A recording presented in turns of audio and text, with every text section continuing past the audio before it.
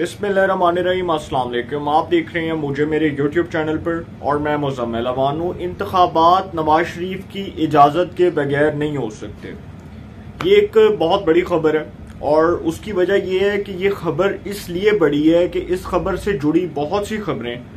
जो इस वक्त पाकिस्तान के सियासी मंजरनामे के हवाले से बहुत अहमियत की हामिल है और समझा जा रहा है कि जी आने वाले दिनों में पाकिस्तान का सियासी मंजरनामा तब्दील हो जाएगा। मैंने दो खबरें आपसे डिस्कस करनी है आज के इस व्लॉग में। इजाजत नवाज शरीफ की होगी तो इलेक्शंस होंगे। ये बहुत से लोग इस खबर को मजाक समझते हैं, लेकिन उसकी वजह यह है कि सर पाकिस्तान के पॉलिटिकल सिस्टम में अब नवाज शरीफ के माइनस होने की गुंजाइश नहीं है। उसकी वजह यह है कि नवाज शरीफ को माइनस करके देख लिया गया, 2018 के इंतखाबी मैदान से उनको नॉकआउट किया गया, उनकी पार्टी को दीवार से लगाया गया, उनके पार्टी रहनुमाओं को सजाएं दिलवाई गई। नवाज शरीफ साहब को इलेक्शन से एक साल पहले 2017 में अगस्त में उनको डिस्क्वालीफाई करार दिया गया ताकि उनको इंतखाबी मैदान से नॉकआउट किया जाए और उसी सिलसिले की कड़ी हमें 2018 के इंतखाबात में दिखाई दी जब नवाज शरीफ साहब की जमात को अक्सरियत के बावजूद उनकी अक्सरियत को अकलियत में तब्दील कर दिया गया और 2018 के इंतखाबी नताइज को चुरा कर इमरान खान साहब को धौंस धांधली के जरिए मैंडेट दिलवाया गया।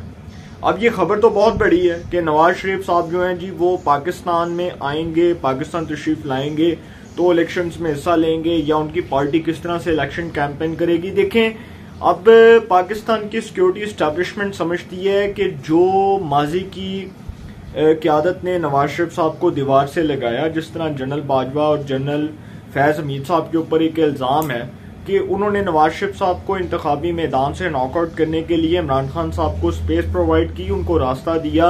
उनको हुकूमत दिलवाई, उनको वज़ारत उज़्मा की कुर्सी पर उसके मनसब पर फाइज करवाया। अब उस गलती का जो खमियाजा है वो पूरी कौम भुगत रही है। इमरान खान साहब को बेसिकली लाने का फैसला तो उस वक्त की पाकिस्तान की सिक्योरिटी इस्टेब्लिशमेंट का था और वो उस वक्त एपॉलिटिकल थी, और इमरान खान साहब को जो हाथ पकड़कर इक़्तिदार में लाया गया उसके बाद जिस तरह से पाकिस्तान का सवा सत्यानाश हुआ वो सर आपके सामने है। तो अब मियाँ साहब जो है ना, उनकी नवाज शरीफ साहब की इजाज़त से इंतखाबात होंगे और इंतखाबात नवाज शरीफ की इजाज़त से मशरूत हैं और बहुत से लोग ये बात कर रहे हैं कि मियाँ साहब कब वापस आएंगे। मैं ये समझता हूँ कि पाकिस्तान की सिक्योरिटी इस्टेब्लिशमेंट अब ये फैसला कर चुकी है कि पाकिस्तान के पॉलिटिकल लीडरान में जो सबसे मकबूल लीडर थे मियाँ नवाज शरीफ साहब, उनके साथ जो ज़्यादतियाँ हुई, जो नाइंसाफ़ियाँ हुई, जो उनको दीवार से लगाया गया, जो उनके खिलाफ साजिशें की गई, जिस तरह से उनकी जमात को इंतखाबी मैदान से नॉकआउट किया गया, उनको उनकी अक्सरियत को अक़लियत में तब्दील किया गया। अब वो वक्त आ गया है कि अपने गुनाहों की तौबा की जाए। और पाकिस्तान की सिक्योरिटी इस्टेब्लिशमेंट इतनी ताकतवर है कि पाकिस्तान में कोई भी फैसले इस्टेब्लिशमेंट की हमायत के बगैर नहीं हो सकते। आपने देखा कि हमारे जितने भी लीडरान थे उन सब को जिस तरह से सजाएं मिली वो उस वक्त की पाकिस्तान की सिक्योरिटी इस्टेब्लिशमेंट की वजह से मिली कि वो इतनी ताकतवर थी और उसने अपने ताकतवर होने की हैसियत का फ़ायदा उठाते हुए लीडरान को ना सिर्फ पाबंदे सलासल करवाया बल्कि एक जो हमारे बड़े नेशनल लीडर थे जुल्फ़िकार अली भुट्टो साहब, उनको तख्तादार पर लटकाने को हुक्म जारी किया, और एक जो हमारे वज़ीर आज़म हैं जी उनको अदालती फैसले के जरिए फांसी पर लटका दिया जाता है। दो हमारे वज़ीर आज़म जो हैं उनको नाअहल करार दे दिया जाता है। एक यूसुफ रज़ा गिलानी जिसको बहाना बनाकर कहा जाता है कि जी till the rising of the court, इसको जी डिस्क्वालीफाई कर दिया गया 5 साल के लिए कि इसने जी स्विस हकाम को खत नहीं लिखा, स्विस लेटर नहीं लिखा, इसको फारग कर दिया गया। एक वज़ीर आज़म जिसको पनामा के अंदर डिस्क्वालीफाई करार दिया गया और गलती क्या थी कि जी तुमने अपने बेटे की कंपनी से तनख्वाह नहीं ली, लिहाजा तुम्हें डिस्क्वालीफाई करार दिया जा रहा है, उसको भी फारग कर दिया गया। तो सर पाकिस्तान का जो पॉलिटिकल सिनेरियो है, नवाज शरीफ साहब के पाकिस्तान तशरीफ लाने से पाकिस्तान की सियासत का मंजरनामा तब्दील हो जाएगा, यकसर तब्दील हो जाएगा। आप देखेंगे कि मियाँ साहब पाकिस्तान आएंगे और इलेक्शंस होंगे, वो इलेक्शंस कैंपेन में हिस्सा लेंगे। वो हो सकता है, माइट बी पॉसिबल, जो मुझे खबरें मिली और जो इतलात मौसूल हुई वो मैं आपके सामने रखने जा रहा हूँ। ज़्यादा लंबी चौड़ी बातें नहीं करनी मियाँ साहब के हवाले से बहुत से सहाफ़ी, बहुत से तज्जिया निगार जो उनके बहुत करीब समझी जाती हैं, जिनके उनके साथ राब्ते हैं, उसमें हमारे कुछ ब्यूरो चीफ भी हैं, कुछ हमारे सहाफ़ी दोस्त भी हैं। उनमें से एक जो सहाफ़ी दोस्त हैं मेरे, उन्होंने मुझे ये बताया कि नवाज शरीफ साहब जो हैं वो एग्जैक्ट इलेक्शन से 1 से 2 माह पहले पाकिस्तान तशरीफ लाएंगे। और ये खबर की तस्दीक ख्वाजा आसिफ साहब ने की, जो वफाकी वज़ीर दिफा हैं। वो कह रहे हैं कि इलेक्शंस अपने मुकर्रर वक्त पर होंगे, अपने टाइम फ्रेम पर होंगे, अक्टूबर के अंदर होंगे, और मियाँ साहब जो हैं वो पाकिस्तान तशरीफ लाएंगे इलेक्शन से 1 से 2 माह पहले। अब मियाँ साहब पाकिस्तान आते हैं, वो इलेक्शन कैंपेन करेंगे, उनकी पार्टी जो है उसके बयानिए को स्ट्रेंथन करेंगे, एक नया नैरेटिव बनाएंगे। और मैं ये समझता हूँ कि जो नवाज शरीफ और नून लीग के साथ अब तक हुआ, जिस तरह से उनको दीवार से लगाया गया जब से वो हुकूमत में हैं, और ये भी एक लिहाज से गवर्नमेंट का जो ये नैरेटिव है, ये बयानिया, इसमें बहुत हद तक सच्चाई है कि मियाँ साहब जो हैं, छोटे मियाँ साहब, मियाँ शहबाज शरीफ साहब जो वज़ीर आज़म हैं, उनको असल हुकूमत बाजवा के जाने के बाद मिली। बाजवा साहब जो हैं, जो खुद ये बात करते रहे कि जी हम तो इमरान खान को लेकर आए और उस गलती का खमियाजा आज तक हमारी कौम भुगत रही है। तो सर, ये पाकिस्तान की सिक्योरिटी इस्टेब्लिशमेंट ने उस वक्त ये फैसला किया था कि नवाज शरीफ को इंतखाबी मैदान से नॉकआउट करने के लिए, उसको साइडलाइन करने के लिए इमरान खान को धौंस धांधली के जरिए भी लाना पड़ा तो लाएंगे, और वो लेकर आए। उन्होंने पाकिस्तान का जो नुकसान किया वो तो किया ही किया। आज किस मुंह से जनरल बाजवा शाहिद मैतला को इंटरव्यू देते हुए ये कह रहे हैं कि इमरान खान जो है वो मुझसे डरते थे। अगर वो इतने ताकतवर थे तो वो उस वक्त कौम के सामने ये बताते कि ये डमी वज़ीर आज़म है। और बाजवा साहब अब बोल रहे हैं, जब उनको पता चला कि इमरान खान उन पर तनकीद करते हैं, और इमरान खान साहब कहते हैं कि मेरी हुकूमत गिराने में पाकिस्तान की सिक्योरिटी इस्टेब्लिशमेंट का हाथ था, क्योंकि मैंने अमेरिका की मुखालफत की थी कि उनको अड्डे नहीं देने, तो अमेरिका ने जो है वो रिजीम चेंज के जरिए पाकिस्तान की सिक्योरिटी इस्टेब्लिशमेंट को मिलाकर मेरी हुकूमत गिराई। अब ये नैरेटिव कोई तस्लीम नहीं कर सकता सर। उसकी वजह पता क्या कि इमरान खान साहब जो नैरेटिव बना रहे हैं ना, वो नैरेटिव चौताली झूठ है। और इमरान खान साहब जो ये बातें कर रहे हैं, बेसिकली अब वो इक्तदार से फारिग होने के बाद ये बयानियां बना रहे हैं। अगर वो इक्तदार में होते, अगर वो इक्तदार में बैठकर ये बातें करते, तो शायद आज वो बहुत मजबूत होते। आज शायद अवाम उनकी बात को अहमियत देती, उनकी बात को तकवीयत मिलती, उनकी बात जो है उसको लोग सुनना पसंद करते। लेकिन आज वो जो बातें कर रहे हैं, उन बातों का फायदा कोई नहीं है। मियाँ साहब जो है जी, दूसरी खबर ये है कि मियाँ नवाज शरीफ साहब जो हैं, उनके वाले से मैंने आपको खबर दी, और पाकिस्तान की सिक्योरिटी इस्टेब्लिशमेंट ये समझती है कि नवाज शरीफ को माइनस करने का नुकसान बराह रास्त हमारे इदारे को हुआ। अब की पाकिस्तान की सिक्योरिटी इस्टेब्लिशमेंट,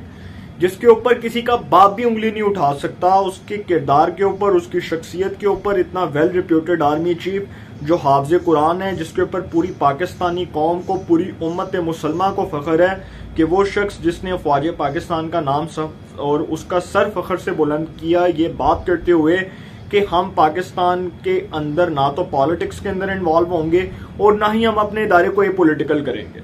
हम पॉलिटिक्स से दूर रहेंगे। तो एक ऐसा आर्मी चीफ जो इतना वेल रिप्यूटेड शख्स है, जिसने इदारे के वकार को, उसकी अहमियत को बहाल किया, इदारे के वकार की अहमियत में इजाफा किया, इदारे की शान को, इदारे की जो है वो इज्जत को, उसके मान को बहाल किया। तो मैं ये समझता हूँ कि ऐसा आर्मी चीफ जिसने फैसला कर लिया है कि वो अब किसी भी तरह अपने इदारे को पाकिस्तान की सियासत से दूर रखेगा, सर ये बहुत अच्छी चीज़ है। और अगर इस्टेब्लिशमेंट अपने 75 साला गुनाहों की माफ़ी मांग रही है और कह रही है कि हमें दिल से कबूल है, और हम कहते हैं कि जी हमने जो गलत किया, हमने जो भी काम किए, जो हम माफ़ी मांगते हैं वो हम दिल से माफ़ी मांगते हैं, और हम कहते हैं कि जी जो हमसे गलतियां हुई हम उस पर जो है वो शर्मिंदा है। तो सर फिर गलतियां तो इंसान से होती हैं, गलतियां तो इदारों से होती हैं, और अगर वो खुद ये बात कर रहे हैं कि जी हम अपने आप को साइडलाइन कर रहे हैं, तो इट मीन्स कि बहुत अच्छी बात है।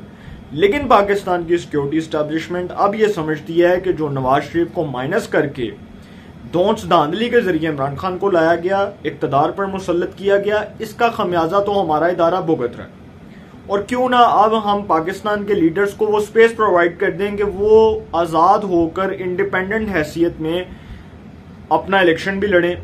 आज़ाद हों, वो अपनी पॉलिटिक्स भी करें, उनको फ्री हैंड दे दिया जाए। और जो झूठे केसेस बनाए गए,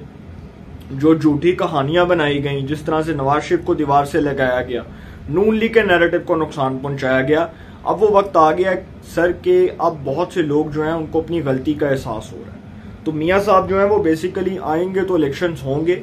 और नवाज शरीफ की इजाज़त से ही इलेक्शंस मशरूत होंगे, वो इजाज़त देंगे तो इलेक्शंस होंगे। एक बहुत बड़ी खबर है, शायद बहुत से लोग इसको मजाक के तौर पर लें, लेकिन ये खबर है। अब दूसरी खबर यह है कि मियाँ शहबाज शरीफ साहब अगर बतौर वज़ीर-ए-आज़म पाकिस्तान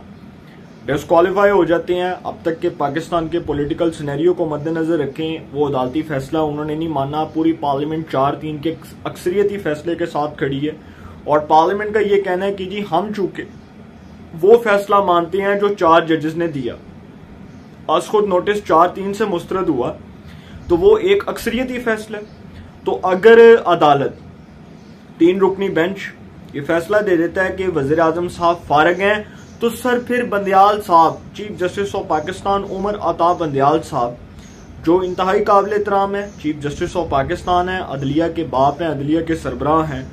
तो वो बतौर चीफ जस्टिस ऑफ पाकिस्तान कैसे सर्वाइव करेंगे? ये एक बहुत मुश्किल सवाल है जिसका जवाब देना आई थिंक बहुत मुश्किल है, क्योंकि इस टाइम जो खबरें चल रही हैं वो कोई अच्छी नहीं है। और जो मुझे इस हवाले से इतलात मौसूल हुई हैं, पार्लियामेंट एक कानून ला रही है तौहीन पार्लियामेंट का, और तौहीन पार्लियामेंट का जो कानून है उसके अंदर बेसिकली ये शक होगी कि जो पार्लियामेंट का फैसला है, जो पार्लियामेंट ने किया, अगर उस फैसले को एक सुप्रीम कोर्ट सेटिसाइड कर देती है, उसको डिसमिस कर देती है, तो उसके ऊपर तौहीन पार्लियामेंट अप्लाई होगी। और अरकान पार्लियामेंट क्या करेंगे कि जो अदलिया पार्लियामेंट के फैसले को सेटिसाइड करेगी, उन जजेस को फिर पार्लियामेंट में तलब किया जाएगा और पार्लियामेंट की जो इस्तेसाक कमेटी है उसमें उन जजेस की तलबी होगी। अब ये एक बहुत बड़ी खबर है कि जी वो जो अरकान पार्लियामेंट हैं उनकी भी एक कमेटी होगी और वो कमेटी तलब करेगी जज साहिबान को, वो पूछेगी कि जी आपने किस तरह से एक पार्लियामान के बिल को सेटिसाइड कर दिया। आपके सामने ही है ना कि सुप्रीम कोर्ट का प्रैक्टिस एंड प्रोसीजर बिल, जो बिल बनने से पहले अदलिया में चैलेंज हुआ और अदलिया ने उस पर ताहुक्म सानी अमल दरामद रोका, तो सर जब उस पर ताहुक्म सानी अमल दरामद रोका गया तो फटा तो पड़ा, हालात तो बिगड़े, हालात तो खराब हुए, मामला मजीद उलझा। और अदलिया के अंदर तो बेशक ये डिवाइड है ही है, लेकिन पार्लियामेंट के अंदर ये बात हो रही थी कि अदलिया के अंदर जो डिवाइड है, बहुत से जजेस ये समझते हैं कि जो पार्लियामान है उसके मामलात में मुदाखलत हो रही है। तो चीफ साहब ने इज्जत माब इंतहाई काबिल एहतराम उमर अता बंदयाल, जो चीफ जस्टिस ऑफ पाकिस्तान है, उन्होंने उस पर ताहुक्म सानी अमल दरामद रोक दिया। लेकिन उसका फायदा क्या हुआ? कोई फायदा नहीं हुआ कि वो ऑटोमेटिकली एक बिल की शक्ल इख्तियार कर गया और वो बिल पास हो गया, वो बिल मंजूर हो गया और वो एक बिल बन गया। और सदर मुमलिकत जो उस पर कह रहे थे कि जी मैं इसको सुप्रीम कोर्ट में चैलेंज करूंगा, देखें जो भी कानून होता है उसकी हैसियत क्या होती है कि जब वो सदर मुमलिकत के पास जाता है तो सदर अगर उसकी अप्रूवल नहीं देते या उसके ऊपर सिग्नेचर्स नहीं करते तो वो ऑटोमेटिकली 10 दिन बाद तो बिल बन जाता है, तो वो ऑटोमेटिकली बिल बन गया। लेकिन यहां पर एक मसला ये है कि अगर शहबाज शरीफ नाहल हुए तो बहुत से लोग ये कह रहे हैं कि चीफ साहब भी नहीं रहेंगे। देखते हैं क्या होता है। मैंने सिर्फ इशारतन बात करनी थी, आगे पार्लियामेंट ने जो करना है, जो अरकान पार्लियामेंट का काम है वो उन्होंने करना है। लेकिन ये खबर है और मैंने ये जो सुनी है खबर, इस पर मैंने इन्वेस्टिगेशन भी की है, तहकीकात भी की हैं और इस पर मैंने एक इन्वेस्टिगेटिव स्टोरी भी तैयार की है, तो आने वाले दिनों में वो मैं आपके सामने रखूंगा। लेकिन सर हालात बड़े ख़राब हैं, बड़े पेचीदे हैं और पाकिस्तान का सियासी मंजरनामा आने वाले दिनों में बड़ी तेज़ी के साथ तब्दील होता नजर आएगा। अपनी राय का कमेंट्स में ज़रूर इज़हार कीजिएगा। इंशाल्लाह नए सेगमेंट के साथ में मुलाकात होगी। अपना बहुत ख्याल रखिएगा। अल्लाह ने के बाद।